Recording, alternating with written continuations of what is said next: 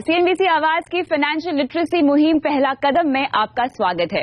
Financial literacy की जरूरत देश में आज हर किसी को है। सबके लिए जरूरी है कि मेहनत मुशक्कत से वो जो पैसा कमा रहे हैं उसे बचाएं ही नहीं बढ़ाएं भी। सीएनबीसी आवाज इसी मुहिम में लगा है। हम चाहते हैं कि देश में हर शख्स फाइनेंशियल सिस्टम से जुड़े और इसी कड़ी में हमने पहल की, पहला कदम की। पहला कदम हमारे और आपके बीच मौजूद हर उस शख्स को फाइनेंशियल इंक्लूजन की प्रक्रिया में हिस्सेदार बनाना चाहता है जो अब तक उससे दूर रहा है। इस कार्यक्रम में हम आपको निवेश के तौर तरीके ही नहीं बताते बल्कि अपने दिमाग में उठ रहे सवालों के जवाब भी देते हैं।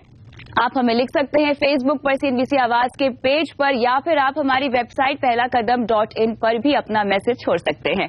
पहला कदम में आज के एपिसोड में हम बात कर रहे हैं म्यूचुअल फंड की। पिछले एपिसोड में हमने आपको म्यूचुअल फंड से जुड़ी शुरुआती जानकारी दी थी। आज हम उसे आगे की बात करेंगे और जानेंगे म्यूचुअल फंड से जुड़ी टर्म यानी शब्दावली के बारे में जिन्हें लेकर अक्सर हम कंफ्यूजन हमें हो जाता है। नमस्कार, मैं हूं कविता थपलियाल और एक्सपर्ट के तौर पर हमारे साथ आज हैं सीएनबीसी आवाज के मार्केट हेड अनिल सिंह भी।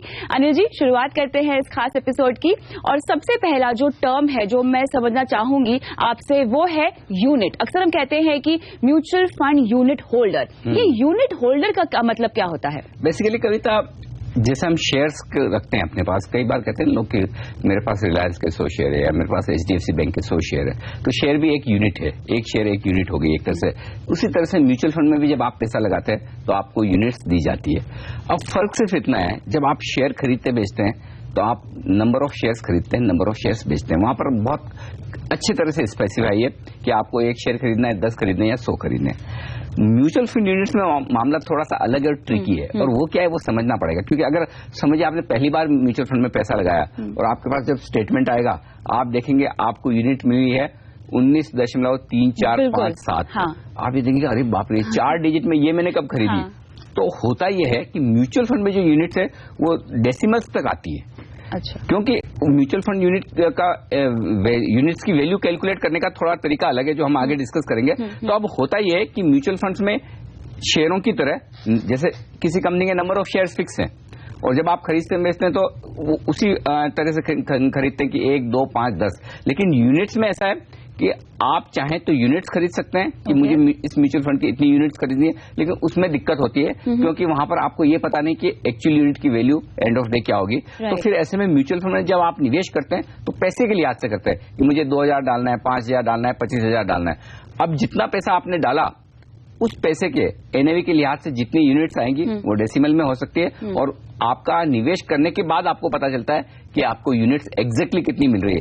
अंदाज से आप पता लगा सकते हैं पिछले दिन की एनएवी देख के कि इतनी यूनिट्स के आसपास मुझे मिलेगी, लेकिन एनएवी के बेसिस पर यूनिट्स बदल सकती है। तो शेयर्स में और यूनिट्स में यही बड़ा फर्क है कि शेयर्स कभी टुकड़ों में नहीं होते, यूनिट्स टुकड़ों में हो सकती है, लेकिन उससे कोई घबराने की जरूरत नहीं। बिल्कुल, और इसीलिए हम पैसे देकर निवेश करते हैं म्यूचुअल फंड्स में, यानी ना कि एक एक यूनिट खरीदते हैं। लेकिन जब भी हम स्टेटमेंट देखते हैं अनिल जी तो एक पर्टिकुलर चीज होती है आपका फोलियो। तमाम यूनिट्स क्या फोलियो के अंदर इकट्ठा होते हैं, ऐसा कुछ है? फोलियो को आप इस तरह से देखिए, जैसे आपने एक बैंक अकाउंट खुलवाया, आपका बैंक अकाउंट नंबर है या आप कोई शेयर ट्रेडिंग अकाउंट खुलवाती है या डीमैट अकाउंट खुलवाती है, उनका जो एक नंबर है, ठीक उसी तरह से म्यूचुअल फंड का भी एक अकाउंट नंबर आपका हो सकता है जो हर एक फंड के साथ अलग अलग होगा। एक फंड में आपका एक फोलियो होगा, उस फोलियो का जैसे कि एक कविता थपलियाल का फोलियो बन गया किसी एक फंड में। अब आपने उस फंड में कोई शॉर्ट टर्म फंड में पैसा लगाया, कोई गिल्ड फंड में पैसा लगाया, कोई इक्विटी फंड में पैसा लगाया, अलग अलग स्कीम्स में पैसा लगा सकती हैं आप। फर्ज करें कि एचडीएफसी म्यूचुअल फंड है, अब एचडीएफसी म्यूचुअल फंड में आप अलग अलग स्कीम में पैसा लगा रही हैं तो लेकिन फोलियो नंबर एक रहेगा क्योंकि आपका एक आइडेंटिफिकेशन हो गया कि कविता थपलियाल का ये फोलियो है। और एक फोलियो के अंदर मल्टीपल फंड्स हो सकते हैं? फंड्स अलग अलग नहीं होंगे, मल्टीपल स्कीम्स हो सकती हैं। बिरला म्यूचुअल फंड है तो वहां पर आपका एक फोलियो होगा, एचडीएफसी म्यूचुअल फंड है तो वहां पर आपका दूसरा फोलियो होगा। लेकिन हाँ, इन फंड्स में अलग अलग स्कीम में आपने पैसा लगाया, अगर 3 स्कीम, 1 स्कीम, 5 स्कीम में आपका पैसा है तो वो सारे के सारे स्कीम्स एक फोलियो में आ जाती है। तो आपको ये पता है कि अगर मुझे एक फंड से बातचीत करनी है तो मेरा एक यूनिक फोलियो नंबर हो गया। लेकिन चूंकि आपके अलग अलग फंड में निवेश है तो फिर हर फंड का आपका अलग फोलियो नंबर होगा। ठीक उसी तरह से जैसे आप एक बैंक में अकाउंट खोल रहे हैं, आपका एक बैंक अकाउंट नंबर है, दूसरे बैंक में दूसरा अकाउंट नंबर होगा, उसी तरह से म्यूचुअल फंड में भी अगर आप देखें तो फोलियो नंबर उस पर्टिकुलर फंड के लिए एक होगा, अलग अलग फंड के लिए अलग होंगे। बिल्कुल, तो फोलियो नंबर से मालूम पड़ जाएगा कि आपने कितना निवेश किसी पर्टिकुलर फंड में किया है। लेकिन अब आते हैं लोड पर, एग्जिट लोड और एंट्री लोड। देखिए, लोड एक तरह से ये समझ लें कि फीस है, आपको फीस देनी है म्यूचुअल फंड्स को। अब एक बढ़िया बात जो हुई कुछ साल पहले, सेबी ने ये कहा कि एंट्री लोड आपसे लिया नहीं जाएगा। बिल्कुल, तो ये बड़ा आराम हो गया है। तो अब कोई भी फंड किसी भी तरह के निवेश पे एंट्री लोड नहीं लेता है। और एंट्री लोड नहीं लेने के पीछे रीजन क्या है? जनरली आप जब निवेश की शुरुआत करते हैं ना, तभी आपको ये बोले कि अच्छा मुझे 2% इसमें देना है, 1% इसमें देना है, तो जनरली इन्वेस्टर सोचते हैं फिर क्यों ना मैं सीधा ही बाजार में पैसा लगा लूं। तो वो एक जो म्यूचुअल फंड के जरिए निवेश करने की जो एक आदत डालने की बात है, वो नहीं हो रही थी। तो उसे बनाने के लिए सेबी ने सोचा कि चलिए एंट्री लोड हटा दिया जाए। तो ये एक अच्छा काम हुआ है, एंट्री लोड हट गया है। तो अब आप डायरेक्टली पैसा लगाएं अगर म्यूचुअल फंड में, तो एंटर करने के लिए आपके लिए कोई फीस नहीं है, चार्ज नहीं है, कोई फीस नहीं है। पहले म्यूचुअल फंड इसलिए एंट्री लोड लेते थे कि भाई हमें फंड की स्कीम बेचना होता है, कुछ खर्चे होते हैं, फंड चलाने के खर्चे होते हैं, तो जाहिर सी बात है कि हम कैसे करेंगे। सेबी का ये कह रहा था कि आप इसके अलावा मैनेजमेंट फीस तो लेते ही हैं, उनसे काम चलाइए। तो एंट्री लोड तो हो गया खत्म, ये सबसे बड़ा आराम। अब एग्जिट लोड, जैसा कि नाम में दिखता है कि एंटर तो आपने कर लिया, बाहर निकलना है तो कुछ पैसा देना पड़ेगा। अब ये बाहर निकलने में पैसा देने के लिए क्या वजह है? 2 वजह है। पहली बात तो ये कि जब भी आप कोई भी फंड में पैसा लगाते हैं तो फंड क्या करेगा? आपके पैसे को लेकर कहीं कहीं तो निवेश करेगा। बिल्कुल, जैसे आपने इक्विटी फंड में पैसा लगाया तो इक्विटी फंड शेयर मार्केट में जाकर पैसा लगाएगा। अब सपोज आपने 100 रुपए दिए उनको, तो 100 के 100 रुपए के शेयर तो वो नहीं खरीद पाएगा, क्योंकि उन्हें कुछ ब्रोकरेज भी देनी होगी, अपने फंड चलाने के लिए कुछ खर्चे भी करने होंगे। तो ये सारे खर्चे जो होते हैं वो कैसे कवर किए जाए, उसके लिए मैनेजमेंट फीस ली जाती है, वो अपनी जगह। लेकिन एग्जिट लोड लगाने की जरूरत क्यों है? एग्जिट लोड लगाने की जरूरत इसलिए ताकि लोग लंबे समय के लिए निवेश के बारे में सोचें। एग्जिट लोड कब लगता है? जब आप फंड में से पैसा लगाते हैं, लेकिन कब? एक नियत समय से पहले। ओके, फर्ज करें एक लिक्विड फंड है जिसमें एक भी दिन का आपका होल्डिंग पीरियड नहीं है, मतलब वो कंपल्सरी कि आपको इतने समय तक रखना है, वैसा कुछ भी नहीं है। तो लिक्विड फंड में आज पैसा लगाया, कल निकाल लें, कोई एग्जिट लोड नहीं। शॉर्ट टर्म फंड्स होते हैं, उनमें 15 दिन से लेकर 3 महीने तक का वो पीरियड होता है कि कम से कम आपको इतने टाइम के लिए यूनिट्स होल्ड करनी पड़ेगी, उससे पहले आप रिडम्पशन करेंगे तो एक पर्टिकुलर एग्जिट लोड लगेगा। ठीक उसी तरह इक्विटी शेयरों में भी है, इक्विटी फंड्स में भी है।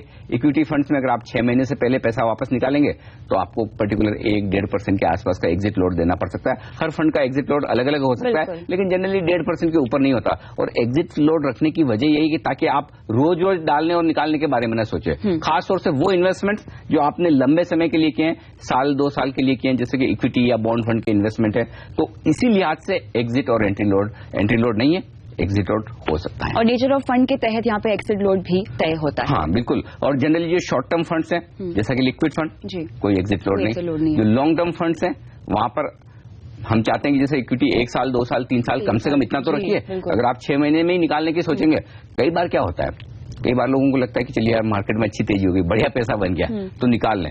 अगर उस सिचुएशन में आपको निकालना है तो फिर दे दीजिए लोड, बिल्कुल, और निकाल लीजिए।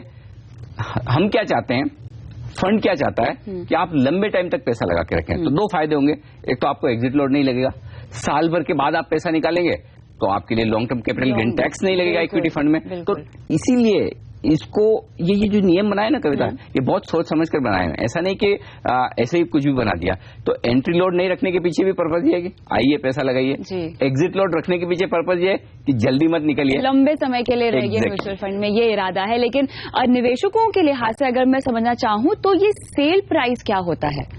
हाँ, सेल प्राइस यानी कि जिस प्राइस पर म्यूचुअल फंड आपको यूनिट्स बेचता है, ठीक है। तो म्यूचुअल फंड बेच रहा है यूनिट्स, उनकी सेल प्राइस हुई, लेकिन आपके लिए परचेज प्राइस, क्या मतलब है? आपके लिए परचेज प्राइस होगी। और जनरली सेल प्राइस जो यूनिट्स की है वो उस दिन की एनएवी होती है। ओके, जनरली एनएवी पे ही यूनिट्स बेची और खरीदी जाती है, राइट। तो समझिए, मैं अगर आज किसी फंड में एप्लीकेशन करना चाहता हूं तो आज की जो एनएवी होगी उस एनएवी को म्यूचुअल फंड सेल प्राइस मानेगा और उस प्राइस पर मुझे यूनिट्स बेचेगा और मेरे लिए वो परचेज प्राइस होगी। तो कंफ्यूजन ना हो कि सेल प्राइस उनके लिए सेल प्राइस है, वो मेरे लिए परचेज प्राइस है। तो बेसिकली सेल प्राइस कैसे निकाली जाती है, वो एनएवी कैलकुलेशन से आती है, जो हम चर्चा करेंगे। लेकिन ओवरऑल सेल प्राइस का मतलब ये है कि जिस प्राइस पर आप यूनिट्स खरीद रहे हैं। तो ऐसे में रीपर्चेज प्राइस भी कुछ होता है अनिल? हाँ, बिल्कुल होता है। रीपर्चेज प्राइस दो तरीके से आपके लिए काम की। पहली बात तो ये कि समझिए आप फंड में से पैसा निकाल कर बाहर निकल रही है, ठीक है, आपने पैसा लगाया, अच्छा रिटर्न बना, आपको लगता है मुझे निकलना है, तो जब आप फंड को अपनी यूनिट्स रिडीम करने के लिए देंगे, मतलब निकलने के लिए रिक्वेस्ट देंगे कि अब मुझे मेरा पैसा निकालना है, तो जिस प्राइस पर आपको म्यूचुअल फंड्स की भुगतान की जाएगी उसे रीपर्चेज प्राइस कहते हैं। ये भी सेम उसी तरह से है, एनएवी पर ही कैलकुलेट की जाती है, लेकिन रीपर्चेज प्राइस किसके लिए? फंड के लिए। वो फंड के लिए रीपर्चेज प्राइस है, लेकिन आपके लिए सेल प्राइस होगी। तो खाली टर्म का फर्क है। हाँ। लेकिन बात वही है कि जब आप खरीद रहे हैं तो आपके वो सेल प्राइस है, जब आप बेच रहे हैं तो वो रीपर्चेज प्राइस है। और जनरली ये दोनों ही प्राइस एनएवी के आसपास होती है, एग्जैक्टली एनएवी भी हो सकती है। बिल्कुल। तो यहाँ पर एनएवी हमारा अगला टर्म है जो समझना चाहती हूँ मैं, नेट एसेट वैल्यू। अक्सर हमने देखा है कि लोग जो है, निवेशक जो है, एनएवी को देख के किसी फंड में निवेश करते हैं। क्या ये तरीका सही है? और एनएवी होता क्या है? एनएवी यानी कि नेट एसेट वैल्यू। वैसे नाम से बहुत साफ पता चल जाता है कि नेट एसेट वैल्यू, लेकिन अल्टीमेटली एनएवी क्या है? समझिए आपने किसी एक इक्विटी फंड में पैसा लगाया, तो एक किसी पर्टिकुलर दिन उस फंड में कितने शेयर्स हैं, उस दिन उन शेयरों की क्या प्राइस है, उनको सबको कैलकुलेट किया जाता है। उसमें अगर इसके अलावा कोई कैश फंड के पास पड़ा है या कुछ और संपत्तियां हैं, उसे जोड़ा जाता है। कुछ और लाइबिलिटीज अगर उसमें से निकलनी है कि फंड को कहीं कोई और पेमेंट करना है, कराना है, वो निकाल दिया जाए। फिर उसके बाद जितनी यूनिट्स फंड ने इशू की है, और ये ध्यान रखें कि यूनिट्स फंड की हमेशा फ्लक्चुएट होती है, शेयरों की तरह नहीं कि फिक्स हो गया, यूनिट्स हर रोज बदलती है।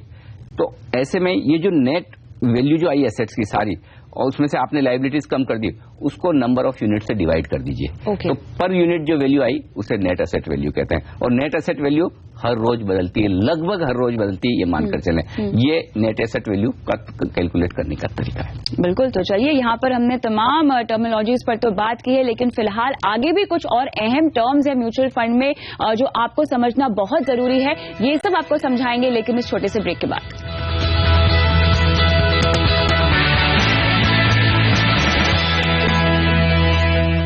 कदम की इस कड़ी में आपका फिर से स्वागत है, और अब हम शो को आगे बढ़ाते हैं और कुछ अहम टर्म्स जिनके बारे में समझते हैं अनिल जी से। अनिल जी, अगला जो टर्म है मैं आपसे समझना चाहूंगी स्कीम, क्योंकि हम कहते हैं कि म्यूचुअल फंड एक तरह की स्कीम होती है। इसको एज ए निवेशक हम कैसे समझे? हम इन्हें म्यूचुअल फंड ना बोल के म्यूचुअल फंड स्कीम क्यों बोलते हैं? राइट, ये बहुत अच्छा सवाल है कविता, और इसको समझने के लिए फर्ज करें बिरला म्यूचुअल फंड है। ओके, अब बिरला म्यूचुअल फंड के पास अलग अलग प्रोडक्ट हैं। अगर आपको इक्विटी में पैसा लगाना है तो इक्विटी फंड्स हैं। अब इक्विटी फंड्स किस तरह के होंगे? अलग अलग तरह के इक्विटी फंड्स में स्कीम्स होंगी। जो पहले तो आपने अलग अलग फंड को डिवाइड कर दिया, equity fund, debt fund, balance fund, sectoral fund. अब समझिए इक्विटी फंड में आप जाने, तो इक्विटी फंड में ये होगा कि एक फंड आपके पास, एक स्कीम ऐसी है जो डाइवर्सिफाइड फंड है, एक स्कीम ऐसी जो मिड कैप फंड है, एक स्कीम ऐसी है जो बैलेंस फंड है, एक एमआईपी हो सकती है। तो इसलिए हम ये कहते हैं कि एक फंड के अंदर एक एसेट क्लास में भी कई सारी स्कीम्स हो सकती हैं। तो अल्टीमेटली अगर कोई आपको ये पूछे कि, और आप किसी को पूछे कि मुझे एक फंड में पैसा लगाना, कोई अच्छा फंड बता दीजिए, तो कई बार लोग कहते हैं कि इस पर्टिकुलर फंड में पैसा लगाइए। पैसा फंड में नहीं लगता, अल्टीमेटली पैसा उस फंड की किसी स्कीम में आप लगाते हैं। इसलिए जब आप कहीं पैसा लगा रहे हैं तो आपको ये समझना जरूरी है कि वो फंड कौन सा है, उस फंड की स्कीम कौन सी है, और वो स्कीम किस तरह का निवेश करती है। तो स्कीम से मतलब ये है कि एग्जैक्टली जहां आपका पैसा जा रहा है वो स्कीम कहलाती है। जैसे कि लिक्विड फंड है, आपको पता है कि लिक्विड फंड यानी कि शॉर्ट टर्म के लिए आप पैसा लगा रहे हैं, एकदम शॉर्ट टर्म के लिए लगा रहे हैं, और वो पैसा आपका मनी मार्केट इंस्ट्रूमेंट में जाता है, एकदम छोटे समय के लिए निवेश होता है, तो आपको उस स्कीम के बारे में पूरा पता है। या फिर जैसे कि एक डाइवर्सिफाइड इक्विटी फंड है, आपको पता है कि लॉन्ग टर्म के लिए बड़े दिग्गज लार्ज कैप इक्विटी शेयरों में आप पैसा लगा रहे हैं। तो स्कीम को उस तरीके से देखना जरूरी है कि, और उसको देखने का सबसे बढ़िया तरीका ये, आप जाइए उस स्कीम के ऑब्जेक्टिव में। हर स्कीम का ऑब्जेक्टिव बहुत साफ लिखा होता है कि ये स्कीम क्या करने वाली है। तो वो अगर आप किसी लॉन्ग टर्म इक्विटी फंड के या लार्ज कैप इक्विटी फंड की स्कीम में जाके देखेंगे ना, तो वो लिखेंगे कि हमारा उद्देश्य ये है लंबी अवधि में कैपिटल बढ़ाकर इस फंड के लिए रिटर्न बनाना, यानी उस स्कीम का नेचर लिखा होता है। साथ ही रिस्क प्रोफाइल भी लिखी होती है कि आप कितना रिस्क ले सकते हैं, उसके मुताबिक इस स्कीम में आप पैसे लगाएं, ऐसा भी कुछ होता है। बिल्कुल। और एक और बात वो ये कि हर स्कीम की बेंचमार्किंग होती है कि इस स्कीम की परफॉर्मेंस को कैसे नापा जाए। अब आप लिक्विड फंड में रिटर्न आता है 6% और आप उसका तुलना करेंगे सेंसेक्स या निफ्टी से, वो तो गलत हो जाएगा। तो अगर लार्ज कैप इक्विटी फंड है तो उसकी तुलना होगी सेंसेक्स या निफ्टी से। मिड कैप इक्विटी फंड है तो सीएनएक्स मिड कैप इंडेक्स या बीएसई मिड कैप इंडेक्स के साथ उसे तुलना किया जाएगा। तो इस तरह से हर फंड का एक बेंचमार्क होता है ताकि आपको पता रहे कि आपका फंड, आपकी स्कीम अपने बेंचमार्क से बेहतर प्रदर्शन कर रही है या खराब कर रही है। और क्या इसी बात को ध्यान में रखते हुए हमें फंड से या स्कीम से निकलने का निर्णय लेना चाहिए? हाँ, काफी हद तक निकलने के निर्णय के बारे में बहुत सारी बड़ी और भी चीजें हैं कि कब और कैसे निकलना चाहिए। लेकिन स्कीम के साथ साथ एक और खास बात ध्यान में रखनी जरूरी है, वही कि हर स्कीम में अलग अलग ऑप्शंस भी होते हैं। बिल्कुल। तो उन ऑप्शंस में से आपके लिए कौन सा सुटेबल ऑप्शन है वो भी बेहद जरूरी है। तो ये ऑप्शंस कौन कौन से होते हैं और किस तरह के रिस्क प्रोफाइल वाले निवेशक को वो ऑप्शन अपनाने चाहिए? देखिए, सबसे पहला ऑप्शन तो ये है जो डिविडेंड ऑप्शन होता है, डिविडेंड पे आउट ऑप्शन भी कहते हैं इसे। कोई भी स्कीम में आप जाएं, आपको जनरली 2 या 3 तरह की एनएवी मिलेगी एक ही स्कीम की। एक स्कीम की 2 या 3 तरह की जनरली एनएवी मिलती है। क्यों? कि 3 तरह के ऑप्शन होते हैं। बिल्कुल। पहले ऑप्शन पे बात करें वो है डिविडेंड पे आउट ऑप्शन, लेकिन बता दूं दूसरे 2 option, dividend pay out option, dividend री इन्वेस्टमेंट ऑप्शन और ग्रोथ ऑप्शन। अब डिविडेंड पे आउट ऑप्शन क्या है? शेयर में आप पैसा लगाते हैं, कंपनी साल में एक बार जनरली डिविडेंड देती है, कोई अच्छी कंपनी है तो इंटरिम डिविडेंड देती है, कोई साल में 2 बार, कोई साल में 4 बार। ठीक है, वो डिविडेंड आपको या तो ईसीएस से आपके अकाउंट में आ जाता है या आपको चेक आता है। ठीक उसी तरह म्यूचुअल फंड्स में भी डिविडेंड पे आउट ऑप्शन है। अगर जब आप स्कीम में निवेश करते हैं, आपको एक कॉलम टिक करना होता है कि आप डिविडेंड पे आउट ऑप्शन ले रहे हैं, और अगर आपने वो कॉलम टिक किया है तो फिर आपको डिविडेंड पे आउट मिलेगा। कैसे मिलेगा? सेम वैसे ही, या तो आपको चेक आ जाएगा या फिर आपके अकाउंट में डायरेक्टली क्रेडिट हो जाएगा पैसा जितना। अब डिविडेंड पे आउट का जो इंटरवल है, जिस पीरियड में मिलता है, वो हर स्कीम में अलग हो सकता है। ये डेली डिविडेंड भी होती है, वीकली डिविडेंड भी होती है, monthly, quarterly, half yearly, annually. मतलब डिविडेंड ऑप्शन में भी इतने ज्यादा ऑप्शन है, आपको जैसा चाहिए वैसा लीजिए। लेकिन इस ऑप्शन के कोई टैक्स इम्प्लीकेशंस भी हैं? बिल्कुल है, टैक्स इम्प्लीकेशन है और वो ध्यान में रखना बेहद जरूरी है। टैक्स इम्प्लीकेशन के मामले में एक चीज समझ लीजिए, जो इक्विटी फंड है वहां पर जब आप डिविडेंड ऑप्शन में जाते हैं आपको कोई टैक्स नहीं लगता। डिविडेंड डिस्ट्रीब्यूशन टैक्स कोई नहीं लगता, क्योंकि डिविडेंड डिस्ट्रीब्यूशन टैक्स है सबसे बड़ी दिक्कत वही है 25% का। तो इक्विटी फंड में कोई टैक्स नहीं है, आप डिविडेंड ऑप्शन लें या ग्रोथ ऑप्शन लें कोई फर्क नहीं पड़ता। Point number 1। Point number 2, tax से मेरा मतलब यह कि जब फंड आपको डिविडेंड दे रहा है, जनरली क्या होता है, अगर किसी कंपनी से आपने शेयर खरीदा, कंपनी से आपको डिविडेंड आता है तो कंपनी पहले डिविडेंड डिस्ट्रीब्यूशन टैक्स डिडक्ट करती है, 25% करती है, और उसके बाद आपको डिविडेंड बांटा जाता है।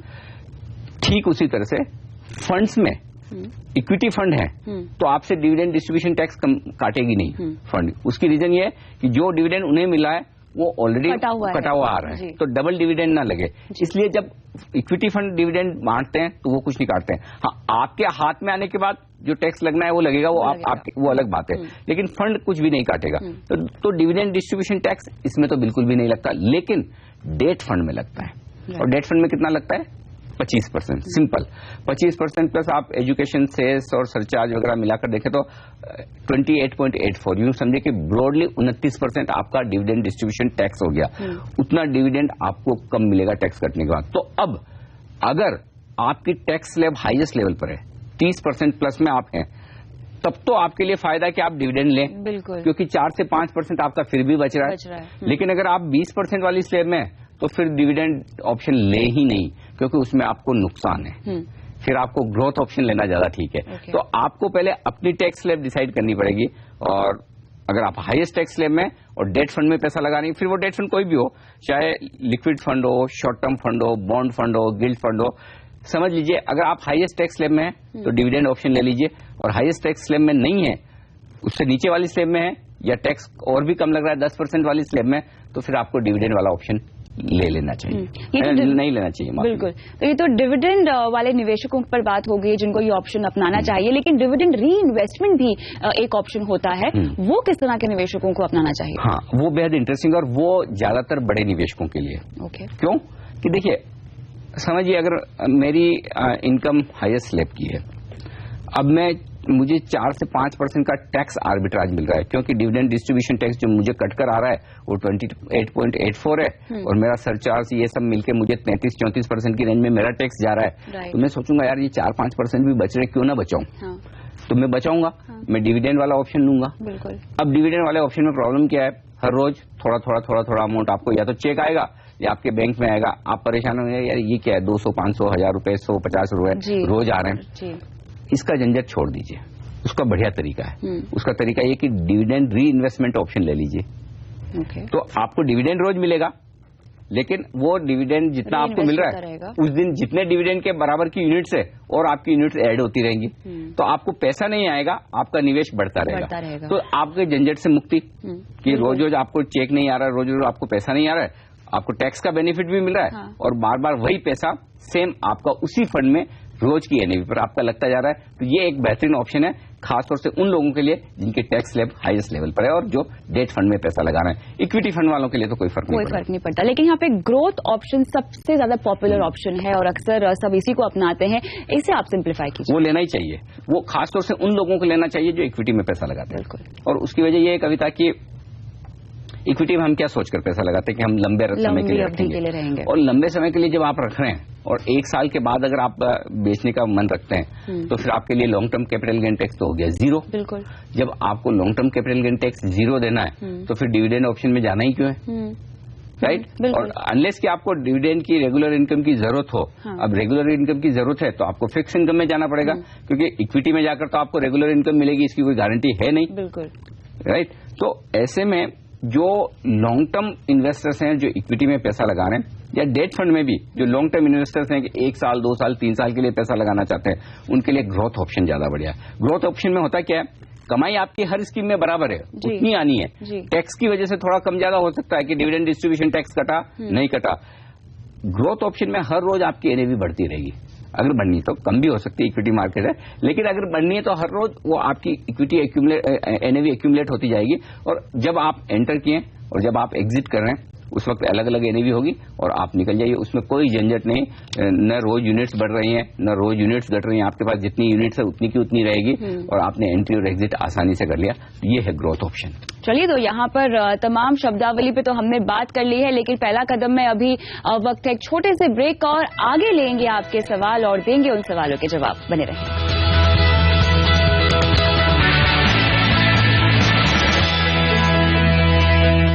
शुरुआत करते हैं हमारे पहले दर्शक के साथ जो कि सहदेव सिंह फोन लाइन पर है। नमस्कार सहदेव जी, अपना सवाल पूछिए। नमस्कार मैडम जी, बताइए। मैं आप लोगों को पहले तो धन्यवाद देना चाहता हूं कि आप लोगों ने इतना अच्छा प्रोग्राम शुरू किया है। जी, बहुत बहुत शुक्रिया इस हौसला अफजाई के लिए। बताएं आपकी कैसे कर सकते हैं आज मदद हम?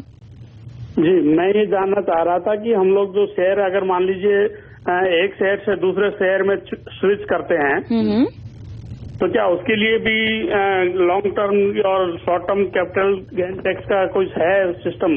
यानी एक शेयर को बेचकर दूसरे शेयर में अगर निवेश करते हैं अनिल जी तो क्या टैक्स लगता है? तो सहदेव जी, अगर मैं आपका सवाल सही समझ रहा हूँ, आपके पास सपोज एक कंपनी का शेयर है, वो शेयर बेचकर आप दूसरी कंपनी का शेयर खरीदना चाहते हैं तो टैक्स कितना लगेगा, यही जानना चाहते हैं ना आप? जी सर, मैं ये जानना चाहता हूँ जैसे मान लीजिए आज मैंने SBI का शेयर खरीद लिया, ठीक है, और उसके बाद में साल भर बाद में मेरे को लगता है कि इसका 6 महीने बाद 8 महीने बाद मेरे को लगता है कि रिटर्न सही नहीं मिल रहा है, ठीक है, और मैं दूसरे शेयर में स्विच कर लेता हूँ, या सपोज कीजिए इसका 100-150 रुपए बढ़ने के बाद मैं इसको बेच के वापिस इसी को 100-150 रुपए की गिरावट पर वापस खरीद लेता हूँ। समझ गया, मैं आपका सवाल समझ गया। अब आपको बता दूं, 2 तरह के टैक्स लगते हैं अगर आप शेयर बाजार में कामकाज करते हैं, निवेश करते हैं तो। पहला टैक्स होता है long term capital gain tax. Long term capital tax का मतलब यह कि अगर आपने कोई भी शेयर खरीदा और उसको 1 साल तक आपने रखा अपने डीमेट अकाउंट में, 1 साल तक होल्ड किया, तो आपको कोई टैक्स नहीं लगेगा, 0 टैक्स। भले आपने उसमें कितना भी पैसा कमाया हो, भले आपने दुगुना किया हो, 20% कमाया हो, 50% कमाया हो, जो भी कमाया हो, उस पर कोई टैक्स नहीं लगेगा। और इसीलिए हम बार बार कहते हैं कि इक्विटी में निवेश आपको लॉन्ग टर्म के लिए करना चाहिए, और 1 साल के बाद जैसे आपका निवेश हो गया उस पर टैक्स लगेगा 0। अब अगर आपने आज खरीदा है और हफ्ते भर बाद, 15 दिन बाद, महीने भर बाद, साल भर के बीच में कभी भी बेच दिया, तो फिर ऐसे में आपको टैक्स लगेगा, short term capital gain tax, और उसकी दर है इस वक्त 15%। तो अगर अब से लेकर 1 साल में आप बेचते हैं तो 15% टैक्स देना होगा, और अगर 1 साल के बाद बेचते हैं तो 0%। लेकिन एक और इंटरेस्टिंग टैक्स लगता है, वो लगता है ट्रेडर्स को, और ट्रेडर्स को वो टैक्स लगता है बिजनेस इनकम के तौर पर। जो लोग दिन भर सुबह शाम ट्रेड करते रहते हैं, वॉल्यूम करते हैं, उन्हें कई बार इनकम टैक्स ये कहता है कि ये आपका निवेश नहीं है, ये आपका ट्रेडिंग है, ट्रेडिंग बिजनेस है, और उसमें उसे बिजनेस इनकम मानकर इनकम टैक्स डिपार्टमेंट चाहे तो आपकी जो टैक्स रेट है, सपोज आप हाईएस्ट टैक्स रेट में है 30% वाली में, तो 30% भी लग सकता है। वो डिस्क्रिप्शन इनकम टैक्स डिपार्टमेंट के पास होता है। लेकिन मैं समझता हूं कि आप निवेशक हैं और आपको निवेशक के तौर पर 2 ही टैक्स पर ध्यान रखना है। 1 साल से पहले शेयर खरीद कर बेच देंगे, चाहे उसी कंपनी का शेयर वापस ले लें, चाहे दूसरा शेयर ले लें, उससे कोई फर्क नहीं पड़ता है। एक बार शेयर आपके डीमेट अकाउंट में आया और निकल गया 1 साल के पहले, तो 15% टैक्स देना है। 1 साल तक रखा है, कोई टैक्स नहीं। चलिए आगे बढ़ते हैं, और फेसबुक के जरिए हमें अमोल श्रीभाटे ने अपना सवाल पूछा है। ये कह रहे हैं कि 5 ऐसे म्यूचुअल फंड पर राय इन्हें चाहिए जिनमें लॉन्ग टर्म के लिए एसआईपी के जरिए निवेश किया जा सकता है। लंबी अवधि का नजरिया है, एसआईपी के जरिए निवेश कर रहे हैं, बहुत बढ़िया बात है। इक्विटी ओरिएंटेड म्यूचुअल फंड आपको लगता है इन्हें अपनाने चाहिए? बिल्कुल, जिस तरह से इनका सवाल है, लगता है लॉन्ग टर्म के इन्वेस्टर हैं और शायद 5 साल प्लस का व्यू अगर रखते हैं, तो इसमें कोई डाउट नहीं कि इन्हें एक अच्छे डाइवर्सिफाइड इक्विटी फंड में पैसा लगाना चाहिए, लार्ज कैप इक्विटी फंड में पैसा लगाना चाहिए। अगर 5 साल से ज्यादा का नजरिया है तो कुछ अच्छे मिड कैप फंड्स भी ये देख सकते हैं, जहां पर लंबी अवधि में ज्यादा बेहतर रिटर्न्स दिग्गज फंड के मुकाबले में मिल सकते हैं।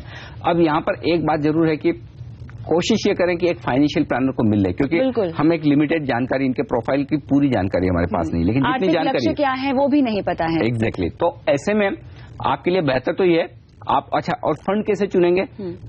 जो दिग्गज फंड है, टॉप 10 फंड्स देख लें एसेट अंडर मैनेजमेंट के लिहाज से, और उनकी जो डाइवर्सिफाइड स्कीम है, लार्ज कैप स्कीम है, आपको 5 फंड लगाने। मेरी सलाह ये होगी, अगर आप 5 साल का व्यू लेकर पैसा लगाना चाहते हैं तो 5 में से 3 फंड ले लीजिए आप diversified large cap fund, 2 fund ले लीजिए मिड कैप के, और ऐसे एक पोर्टफोलियो बना लीजिए। चलिए आप मनी कंट्रोल की साइट पे जाके देख सकते हैं कि कौन से टॉप परफॉर्मिंग फंड है जिनमें आपको निवेश करना चाहिए। लेकिन हम आगे बढ़ते हैं, और फेसबुक के जरिए धीरज ने अपना सवाल हमसे पूछा है, और ये कह रहे हैं कि मैं सर्टिफाइड फाइनेंशियल प्लानर का कोर्स करने की तैयारी कर रहा हूं, क्योंकि मैं निवेश, ट्रेडिंग और करेंसी मार्केट की जानकारी चाहता हूं।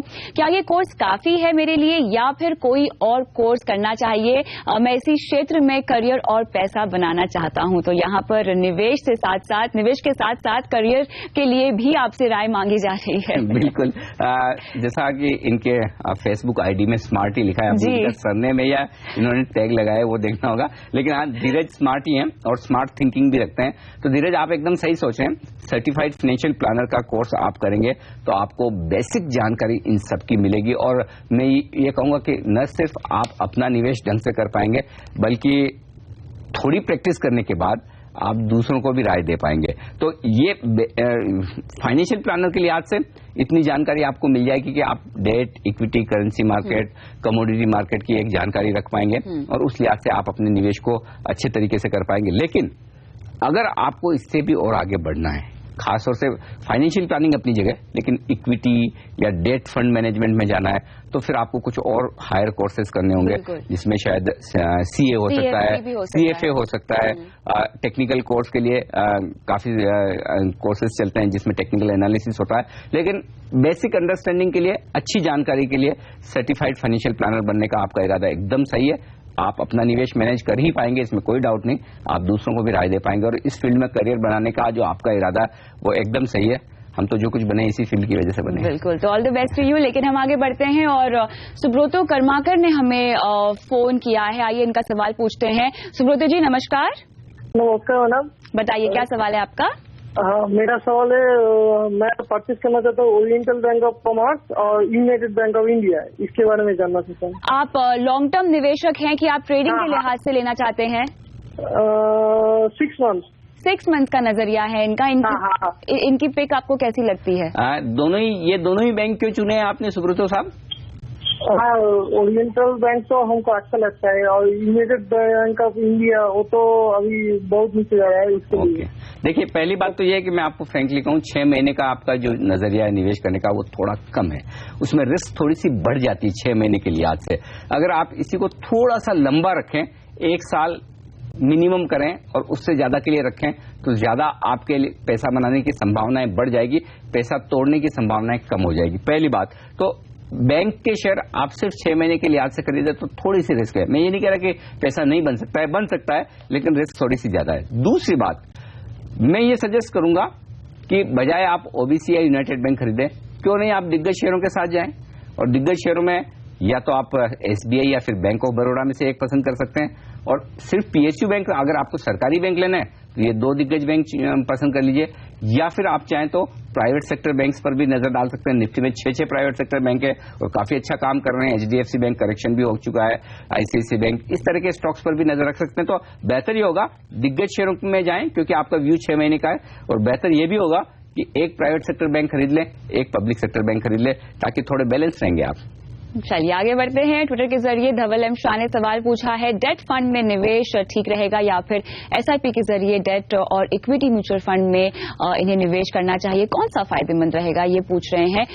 सवाल पे क्लैरिटी नहीं है, इनका मकसद क्या है वो क्लियर नहीं है यहाँ पर, लेकिन फिर भी डेट में निवेश करने का उद्देश्य अलग होता है और इक्विटी में निवेश करने का उद्देश्य अलग अलग होता है। ये आपने सही कहा। और कविता, अगर इन्हें एकदम सेफ्टी सिक्योरिटी चाहिए तो फिर डेट फंड ठीक है, जहाँ प्रिंसिपल आपका सेफ रहेगा, लेकिन रिटर्न शायद उतने ना बने जितने इक्विटी फंड में बन सकते हैं। लंबे समय के बारे में नहीं सोच रहे हैं तो डेट फंड में पैसा लगाना होगा, बहुत लंबे समय के बारे में सोचें तो इक्विटी में लगाना होगा। लेकिन जो दूसरा पार्ट है इनके सवाल का कि क्या एसआईपी के जरिए डेट या इक्विटी फंड में पैसा लगाना चाहिए, इसमें कोई डाउट ही नहीं कि दोनों में एसआईपी के जरिए लगाना चाहिए। फिर भी यहाँ पर एक बात मैं बहुत क्लियर करना चाहता हूँ कि अगर आप डेट में पैसा लगाने की सोच रहे हैं तो एसआईपी दिमाग से निकाल दीजिए, लगा लीजिए।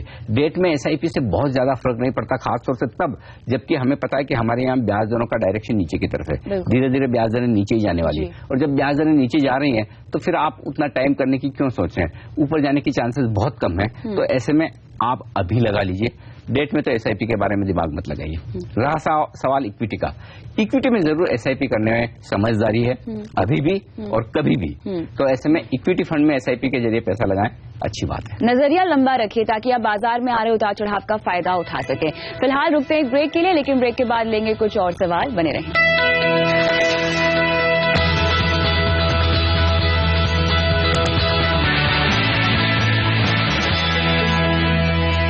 पहला कदम की इस कड़ी में आगे बढ़ते हैं और अब लेते हैं झारखंड से शक्ति कुमार का सवाल। नमस्कार शक्ति जी, सवाल पूछिए। हाँ मैडम, मैं अनिल जी का बहुत बड़ा फैन हूँ, और अनिल जी से मेरा एक क्वेश्चन है जी कि मेरा कुछ निवेश से आरडी में किया हुआ है, जो कि हर 6 महीने पर मुझे मैच्योरिटी मिलती है। तो मैं ये जानना चाहता हूँ कि 10 लाख रुपए की रकम जुटाने के लिए क्या उस इक्विटी में निवेश करना अच्छा होगा, और क्या ये रिजनेबल है? अगर रिजनेबल है तो कितना तक मतलब हो सकता है? आरडी सही है गलत है? शक्ति जी, पहले तो शुक्रिया आपका। और अब ये बताएं कि आप कितने अमाउंट की आरडी कर रहे हैं हर महीने? 100 रुपए पर मंथ का, और हमको हर 6 महीने पे 7,000 रुपए मिलते हैं। 7,000 रुपए हर 6 महीने मिल रहे हैं आपको। और आपकी उम्र कितनी? ऑलरेडी चल रहा है जी, आपकी उम्र कितनी और कितने साल के लिए आप निवेश करना चाहते हैं? मुझे अगले 10 वर्षों में 10 लाख रुपए चाहिए। अगले 10 वर्षों में 10 लाख, वो तो खैर मैं कैलकुलेट करके ही बता पाऊंगा, लेकिन हाँ एक सही है, बात सही कि आप आरडी बंद कर दीजिए, क्योंकि आरडी करके आपका बड़ा पैसा बनेगा नहीं। सिर्फ आपके लिए इतनी फायदे की बात है कि आपके हाथ में लिक्विडिटी है, जब पैसा चाहिए तब आपको मिल सकता है। और 6 महीने की आरडी करके वैसे भी आप करेंगे ना, तो 6 महीने की आरडी में वैसे भी ब्याज ज्यादा मिलता नहीं है। अगर आरडी आप कोई 3 या 5 साल की करें तो उसमें ब्याज ज्यादा मिलता है। तो पहले तो आरडी का दिमाग से निकाल दीजिए, बंद कर दीजिए। थोड़ा बहुत अगर आपको जरूरत के लिए पैसा चाहिए तो उतना ही पैसा अलग रखिए, और वो भी आप छोटे लिक्विड फंड में डाल दीजिए, ताकि आपको जब जरूरत हो 1 दिन के नोटिस पे आपको लिक्विड फंड से पैसा वापस मिल जाता है। तो आरडी बंद करके पहला काम ये कीजिए। अब जो आपकी आरडी मैच्योर हो जाए अगले 6 महीने में, उसे रिन्यू मत कीजिए, पहली बात। दूसरी बात, आपको बड़ा अमाउंट जुटाना है तो जाहिर सी बात है पैसा तो इक्विटी में ही बनेगा लॉन्ग टर्म में। और इक्विटी में अब आप फिर ऐसा कीजिए, जो पैसा आप आरडी में डाल रहे हैं ना हर महीने, उस पैसे को आरडी के बजाय इक्विटी फंड में डालिए, अच्छे डाइवर्सिफाइड इक्विटी फंड में। और अगर आपका 10 साल का व्यू है तो एक काम करिए, 3 से 5 फंड आप पसंद कर लीजिए। कोई एक अच्छे फाइनेंशियल एडवाइजर के पास भी जाकर आप बात कर सकते हैं। 2 या 3 फंड ऐसे हों, 2 फंड ऐसे हों जो लार्ज कैप दिग्गज फंड हो, डाइवर्सिफाइड फंड हो, बड़े शेयरों में पैसा लगाते हैं, और 2 फंड ऐसे लीजिए जो मिड कैप शेयरों में पैसा लगाते हैं। और ये 4 फंड आपके हो गए, और एक फंड आप कोई भी थीम वाला या सेक्टर वाला फंड ले सकते हैं जो अगले 5 से 10 साल में अच्छा प्रदर्शन कर सकता है, जो इंफ्रास्ट्रक्चर हो सकता है या हमारी इकोनॉमी से जुड़े हुए कोई फंड हो सकते हैं। तो ऐसे 5 फंडों का एक अच्छा पोर्टफोलियो बनाकर आप SIP करना शुरू कर दीजिए, जिससे कि मैं उम्मीद करता हूं कि 10 साल में 10 लाख रुपए बनाना शायद आपके लिए मुश्किल नहीं होना चाहिए। आगे बढ़ते हैं और अब जालंधर पंजाब से हरमनप्रीत सिंह का सवाल लेते हैं। इन्होंने कहा है कि अगर मुझे SIP शुरू करनी है तो मुझे इसके लिए किसके पास जाना चाहिए। मेरे ख्याल से पहली बार निवेश कर रहे हैं ये अनिल जी, और SIP का रूट इन्होंने अपनाया है। आई एम श्योर इनका नजरिया लंबी अवधि का ही है। तो किस तरह से ये म्यूचुअल फंड हाउस को अप्रोच करें और KYC की प्रक्रिया किस तरह से? अगर ये समझते हैं और जानते हैं तो सीधे म्यूचुअल फंड के पास चले जाएं, और अगर ये नहीं समझते जानते कि SIP कहाँ करनी है, देखिए कैसे करनी है और कहाँ करनी है, 2 सवाल इसमें। तो पहले ये बात करें कि कहाँ करनी चाहिए, मतलब किस फंड में पैसा लगाना चाहिए वो डिसाइड करना होगा। और या अगर ये खुद कर सकते हैं कि किस फंड में पैसा लगाना चाहिए तब तो अच्छी बात है। अगर ये खुद डिसाइड नहीं कर सकते हैं तो फिर इन्हें एक अच्छे फाइनेंशियल एडवाइजर के पास जाना चाहिए। उन्हें बताएं अपनी रिक्वायरमेंट कि कितना पैसा वो बचा रहे हैं, कितने समय के लिए बचा रहे हैं, आगे चलते हुए इनकी गोल क्या है, लक्ष्य क्या है, कब पैसे की जरूरत पड़ेगी। ये सब प्लान जब आप उन्हें देंगे तो फिर आपका financial advisor, certified financial planner जो होगा वो आपको बताएगा कि आपके लिए किस तरह के फंड उपयुक्त हैं, और उन फंड्स में आपको क्या एक ही बार पैसा लगा देना है या फिर SIP के जरिए लगाना है। वो इक्विटी फंड भी हो सकते हैं, डेट फंड भी हो सकते हैं, दोनों का मिक्स भी हो सकता है। तो वो आपकी पहली प्रोसेस होगी जहां आपको किस तरह का फंड पसंद करना है वो पता चल जाएगा। और अगर आप खुद कर सकते हैं बहुत अच्छी बात है। दूसरा तरीका ये कि अब आपको पैसा लगाना कैसे है। पैसा लगाने का तरीका ये कि अगर आप किसी फाइनेंशियल एडवाइजर के पास जा रहे हैं तब तो वो बता देगा कि ये फॉर्म भरिए, इस फंड का ये फॉर्म भरिए, यहाँ साइन करिए, आपको आइडेंटिटी प्रूफ देना है, पैन कार्ड देना है, ये सारे एड्रेस प्रूफ देना है, और उसके बेसिस पर KYC फॉर्म आपसे भरवा कर लिया जाएगा और आपका अकाउंट खुल जाएगा, आप उस फंड में पैसा लगा सकते हैं। और अगर आप किसी एडवाइजर के थ्रू नहीं जाने तो फिर जो फंड है उसमें फंड में डायरेक्टली भी आप जाकर KYC फॉर्म भर सकते हैं, उनकी वेबसाइट्स पर जाकर भर सकते हैं, डॉक्यूमेंट्स भेज सकते हैं, आपका अकाउंट खुल जाएगा, आप पैसा लगा लीजिए। तो आसान है, कोई बहुत मुश्किल काम नहीं है। कुछ एक पेपर्स की रिक्वायरमेंट और उसके अलावा आप फॉर्म भर के दीजिए, पैसा लगाने की शुरुआत हो जाएगी। बिल्कुल। लेकिन अहम यहाँ पर है कि आपके आर्थिक लक्ष्यों को आप एक बार लिख लीजिए या उसे डिसाइड कर लीजिए तो बेहतर होगा। आगे बढ़ते हैं और ज्योतिर्मय वोरान ने ट्विटर के जरिए अपना सवाल हमसे पूछा है, इक्विटी मार्केट में एक नए निवेशक के तौर पर मुझे म्यूचुअल फंड में निवेश करना चाहिए या सीधे शेयर मार्केट में? यहाँ पर तो खैर इनकी रिस्क प्रोफाइल पर डिपेंड करता है कि अगर रिस्क ले सकते हैं तो शेयर बाजार में चले जाइए, वरना अगर थोड़ा सा सेफ खेलना चाहते हैं तो म्यूचुअल फंड के जरिए निवेश कर सकते हैं। लेकिन चूंकि नए हैं बिल्कुल, चाहे वो सेफ खेलना चाहें या रिस्क लेना चाहें, अगर रिस्क लेनी भी है तब भी मुझे लगता है कि म्यूचुअल फंड के जरिए जाना चाहिए। और उसकी वजह कविता ये कि म्यूचुअल फंड में आप निवेश करके थोड़ा थोड़ा सीख जाएंगे जी, देखेंगे कि क्या हो रहा है क्या नहीं हो रहा है। कैसे कि आप हर महीने उनका स्टेटमेंट आएगा, आप देखिए कौन से शेयर पिछले महीने थे, उन शेयरों में कितना बदलाव हुआ है, कौन से बढ़े हैं कौन से कम हुए, फिर आप अंदाजा लगाइए कि अरे पिछले महीने तो इस फंड के पोर्टफोलियो में मारुति टॉप नंबर पे था, अब मारुति चौथे नंबर पे क्यों आ गया। ये सवाल जब आप अपने आप से पूछेंगे तो नॉलेज मिलेगी और आप जानने की कोशिश करेंगे। तो इसलिए नए निवेशक के लिए तो मैं बहुत साफ राय दूंगा कि म्यूचुअल फंड्स के जरिए जाना चाहिए। उसकी बड़ी वजह है कि एक तो आपके पास एक्सपीरियंस नहीं है, एक्सपर्टाइज उतनी नहीं है।